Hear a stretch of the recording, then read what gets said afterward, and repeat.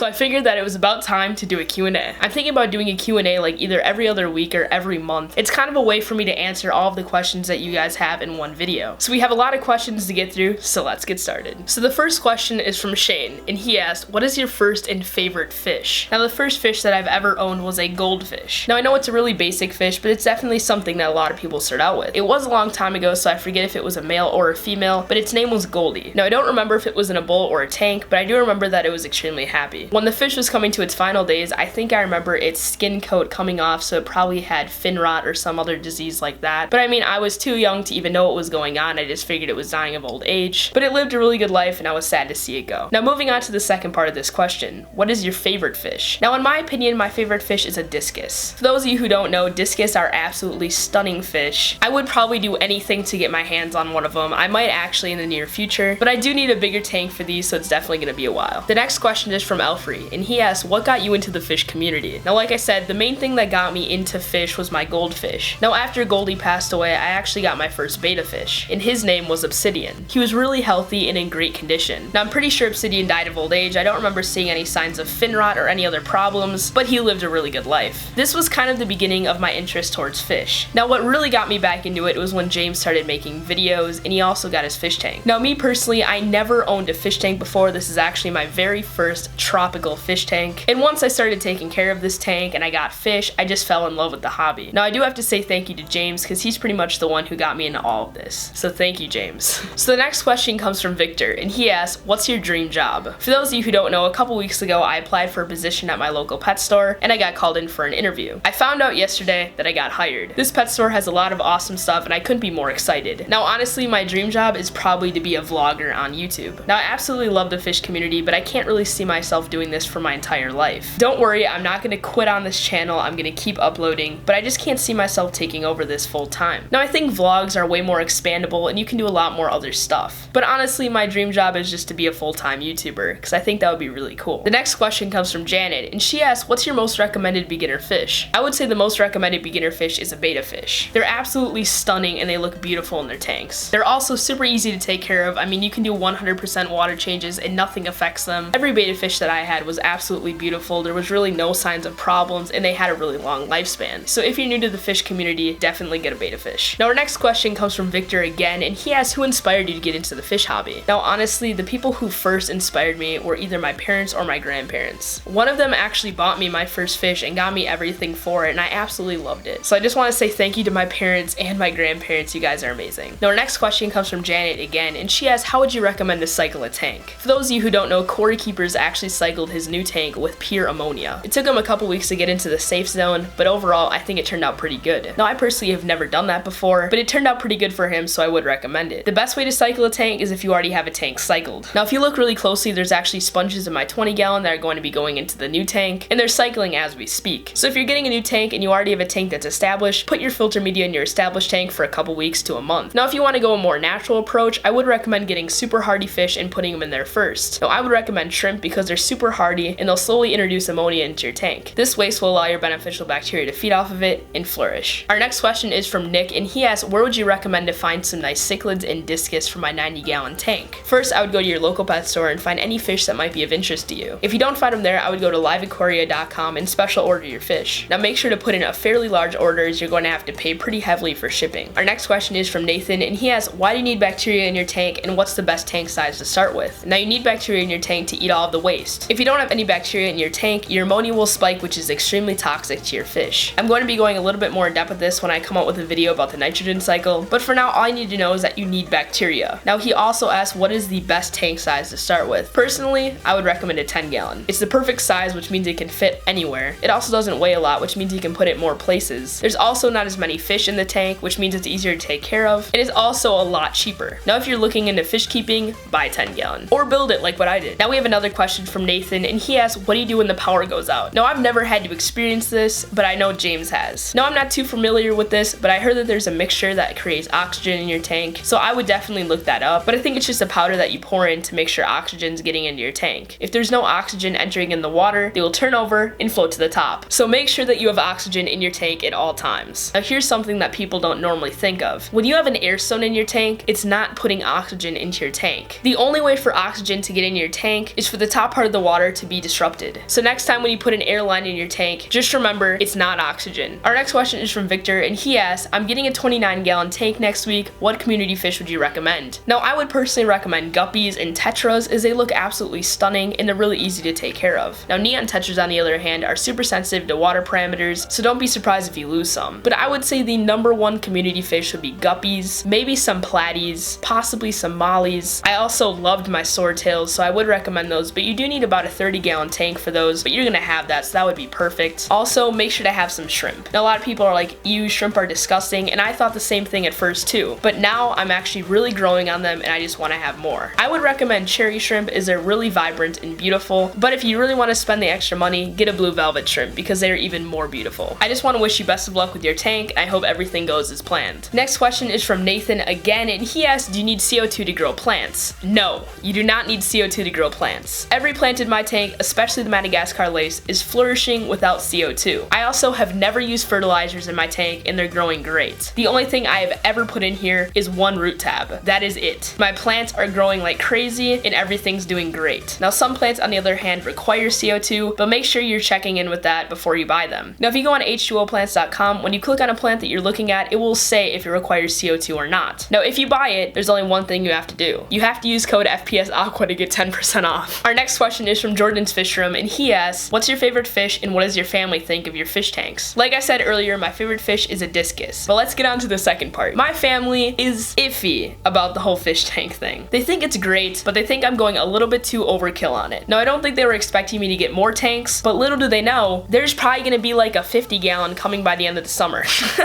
But I do have to say my parents do support me. They are very encouraging with this, and they really do like it. It's just they aren't too supportive of their house turning into an aquarium. Our next question is from Nathan again, and he asks, can you put fish in tap water? And the answer is yes. These fish are in tap water, and they're doing great. Now, some people choose to just douse their tank with tap water conditioner, but I've only done that once or twice, and they're doing wonderful. But on the other hand, some tap water is very dangerous to fish, so make sure you bring it to your local pet store and get it tested before you buy anything. Our next question is from Maddie, and they said, I'm setting up a planted tank soon. Do you have any advice? Personally, I would get really easy to grow plants. If you want to know what plants you can grow, go to h2oplants.com and click on their beginner plants tab. Pretty much any of those will be perfect for your tank. I'm pretty sure none of them require CO2, so that's awesome, and they're really fast growing. But remember, if you're gonna buy plants from h2oplants.com, don't forget to use the code FPS Aqua and you'll get 10% off. Our next question is from Elfrey, and he asks, what's your favorite shrimp? Now, I absolutely love all of my shrimp. In my opinion, the best shrimp is a blue velvet shrimp. Now, the runner-up is definitely a cherry shrimp because it's so vibrant and colorful. But if you're looking for something really unique, get a blue velvet shrimp. When people walk into your room and see those shrimp, they just think it's amazing. #1 is definitely blue velvet shrimp, and #2 is cherry shrimp. But James's orange shrimp are really awesome, and I would love to have some of those as well. Our next question comes from AMA Aquatics, and he asks, what's your next project going to be? Now, it's not set in stone yet, but I'm planning on getting a 50-gallon tank. I was originally only going to get a 20 long, but I think a 50 would be unreal. It would be so cool. This tank would most likely be a cichlid tank because I just think that cichlids are amazing. I'd have a bunch of different kinds. I'm doing a ton of research on it, and I really want to make it happen. Now, obviously, I'd have to buy the tank probably during the $1 per gallon sale, and since I work at a pet store now, I'm going to be able to get employee discount on all of the filters and heaters and everything, so that'll be awesome. Now, if this happens, it will be crazy, but again, it's not set in stone, so I'm not making any promises. Now, our last question is from Janet, and she asks, do you need a lid for a fish tank? The only benefit to having a lid on your tank is the slow water evaporation. It takes my tank about a week for my water to be evaporated about 1/4 of an inch, which is fairly good. If you don't plan on keeping tropical fish or have a heater in your tank, you don't really need a lid. I hope you all enjoyed this Q&A. I had a ton of fun answering all of your questions. If you want to be featured in the next Q&A, make sure to leave your questions down below, and I'll try to answer as many as I can. Before you leave, don't forget to leave a like on this video. It only takes a couple seconds. I know you can do it, and it shows me that you want to see more of this. Anyway, that's about it. I hope you all have an amazing day, and I'll see you later. Goodbye.